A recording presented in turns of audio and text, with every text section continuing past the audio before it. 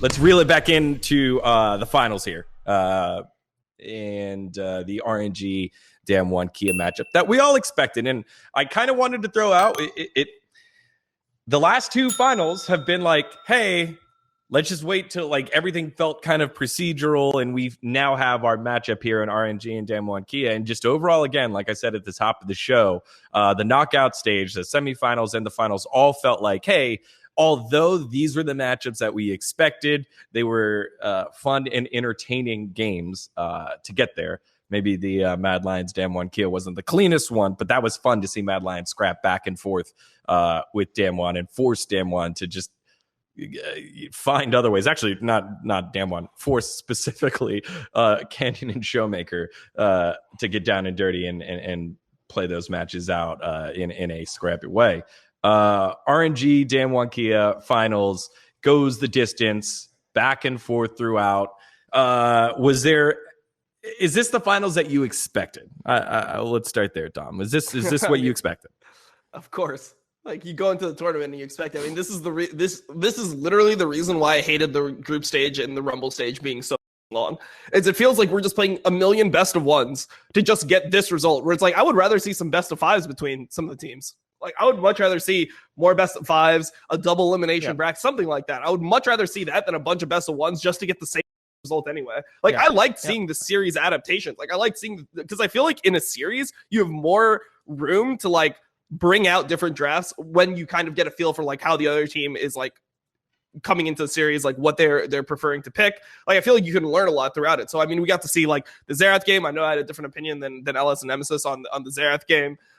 We got to see like a bunch of different like strategies come out, you know, like the Nocturne mid was played. There was the Renekton mid in Italy game. Like, you get to see more like variety of strategies, which is more interesting to me than seeing like a best of one of like, because I feel like a best of RNG. One, you just get the game one draft like 6 times over. You know, like, teams just draft what they think is good for them because you don't really have the time to like prep for each opponent and then like get a feel for how the opponent is playing on the day and where you think your advantages can be. Like, because I mean, every game is different, right? Like, you might play best of 5 and be like, okay, so like I've like based on how this game went, I can tell that like these tendencies are like prevalent in this lane. Or like, this guy is playing like overly safe today, or this guy is like you know, like not coming in with like an aggressive mindset. What can we do with that like knowledge? Or we could see, hey, a team is drafting really weak level 1, or they're doing like a level 1 that's exploitable. Can we level 1 invade? Can we like do anything to get an advantage out of that situation? I feel like that's so much more interesting for me to watch. So I mean, I liked watching the series. It's just that watching the series made me wish that we had more best of 5s and not as many best of 1s. Yeah, I mean, I felt so. I was with Fudge, Nemesis, and myself, and then Mickey was in Twitch chat co-streaming, you know, live from Twitch chat. But the games felt really wishy-washy. I mean, Game 5 was a total letdown, right? Like, that game just fell apart really, really, really, really, really fast. And it was just like one of those games where it's just like, you know that it's over very early. So the first 4 games, it was kind of weird because it did feel like draft had quite a big influence, but I actually thought that Dom1 would probably just lose the Rise versus Renekton and Gragas versus Atrox game eventually, right? Like, but they managed to win that one. So I actually thought it was just going to be RNG 3-1 at one point. But I mean, we did get the Xerath pick. I mean, that was probably like arguably one of the only highlights of the match, I think, that ended up coming out, at least from my point of view. You know, I mean, it was something that deviated from all the other garbage that we've been seeing the entire tournament. I mean, that was my perception. But in terms of overall everything, I felt pretty burnt out by the end of MSI because of the way that everything was going. And then I don't know, the final, it didn't.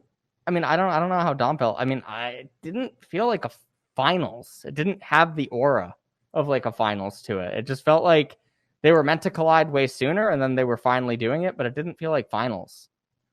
Yeah, I don't know. I felt like we got to see like moments of like individual greatness, which like hyped me up. Like, I liked the Gala dive in game 3. Like, there was moments where I was like, okay, like it just made me like respect RNG more for just their mindset. And like, you know, I mean, the fact that like if you go into it and you look at I mean, I tweeted it out, but you look at how many excuses this team has, how many times where this team could have like failed. Like RNG was not even supposed to be the team that came out of LPL, right? Like no one thought RNG was going to win LPL. Everyone who was watching LPL thought FPX was going to win LPL based on how they were playing. Like Nuggery was smashing everyone. Nuggery even on Yahoo in the finals, right? And FPX 3-0'd RNG the first time they met. So this was not the team that was expected to come out. And then if you think about like what the team is, Yahoo literally role swapped this split to top lane. Like we have Wei, who's 18 years old, just came in. Cryan was like splitting time with Yahoo before. Now he's the starting mid laner. He was always like, you know, considered to be pretty decent, like had good outlook, but wasn't supposed to be like the best mid laner in LPL. Definitely not like, I wouldn't consider him a top 5 mid laner in LPL. I mean, if you have like Scout, Do, and be like all these guys, I think it's really hard for him to compete in that region. And then you also just look at like the bot lane of Gala and Ming. Like they're just like, Ming is the most, Ming and Zhao are the most veteran players, are like 22, 23. And like Gala it's his first international high level tournament. They have no coach there. Their drafts, like there's so many times where they could collapse and they just like have the mental resilience to win. Like to me, that just like, it was respectable. It's like, okay, I mean, based on how they were like, based on the situation, you'd expect Dom1 to like coming into the tournament, have some type of advantage, being the defending world champions, having stomped their league. Normally Showmaker and Canyon are considered like the best like mid jungle duo in the entire world. Like, and they still looked really good. So I feel like it made me respect RNG for like going there and actually fighting and not making excuses. And then like if you listen to their mic checks and things, like the way that they talk to each other, I feel like their mindset is so much more healthy towards like getting the results like they want. Like they don't have this like really results oriented mindset. Their mindset is like, all right, like this is our draft, like let's just play the best we can. Just try your best, guys. Like try your best and just like that's and then the result will be whatever the result is. I love that mindset. I think that's so much more healthy than like this like better not lose to Pentanet, man. That'd be so embarrassing. Like having that in the back of your mind, it just seems like it would just eat away at you. So I actually like the finals, and I was happy for like when I saw RNG win. Like RNG is not a team that I like that much in LPL. Like I'm a big IG and FPX fanboy, but like watching RNG win, like I felt like happy for them. I'm like, okay, like this is like they were able to accomplish something that no one thought that they would have accomplished. No one thought they were going to win LPL. And yeah, I mean, obviously, like even if LPL is considered the best region in the world or like the highest level league in the world, I mean, them beating Dom1 was not something that was a foregone conclusion before the tournament either. And they have no coach there. So I was happy for them. I thought that Gala actually turned up big. I think his mechanics on Kaisa are just insane. I mean, you could argue like that he gets away with a lot more than he should in lane phase, but I just like seeing somebody play a champion at that high of a level, like that high of a proficiency.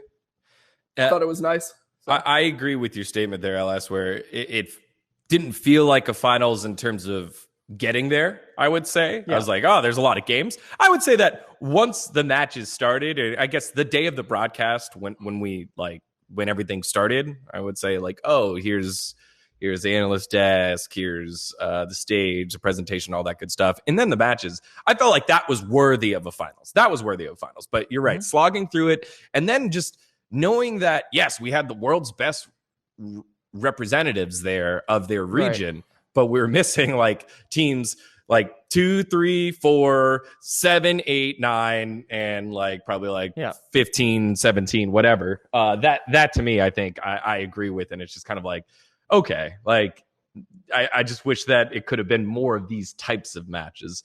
But when we look at the series itself, tons of like individual standout plays.